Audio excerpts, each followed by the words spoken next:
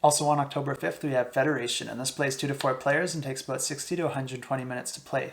And this is a game where players are prospective delegates competing to join a federation of planets, and this is a Euro game through and through. And a lot of those pure Euro games tend to feel a little bit samey to me, but this one looks like it's doing something quite a bit different and is offering a very different feel. And for that, and how well I think that they executed on it, this one is going to be my pick of the week. And to win the game, players are going to be trying to earn the most prestige by the end of the game by earning different medals of honor.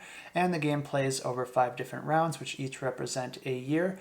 And the game has a couple different phases, starting with the ambassador phase. The main board has the Federation Senate in the center here, and then it has 5 different planets surrounding it that represent the different planets that are part of that federation. Players each also have their own player board that they'll be tracking some of their own prestige points and things like that, as well as some personal projects and abilities that they'll be able to gain throughout the game. During the ambassador phase, players are going to take actions by putting their workers out into the Senate to perform the associated action, and players each have 4 workers that they can deploy, but they can only deploy 1 per turn. But then each of their workers is actually double-sided, so there's the voting side and the funding side. Between the different sides of your worker and then the layout of the Senate board, there's actually quite a lot of options that you can choose. Each column in the Senate represents a project, so if you put your worker on the funding side, it's going to progress that project, and you're going to move this token up the project's track. And then you're also going to gain some immediate benefits for that.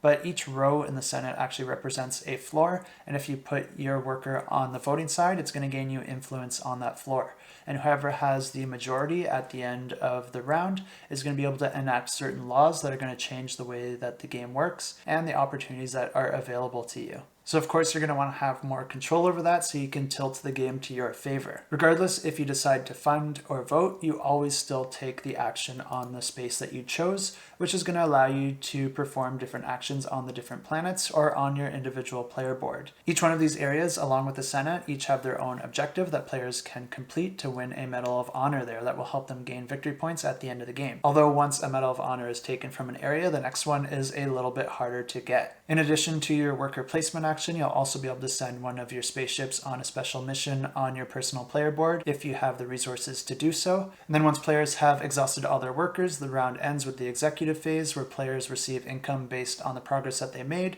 and then the major projects get funded and laws get passed and then enacted for the next round. After the 5th round, the player with the most victory points wins the game.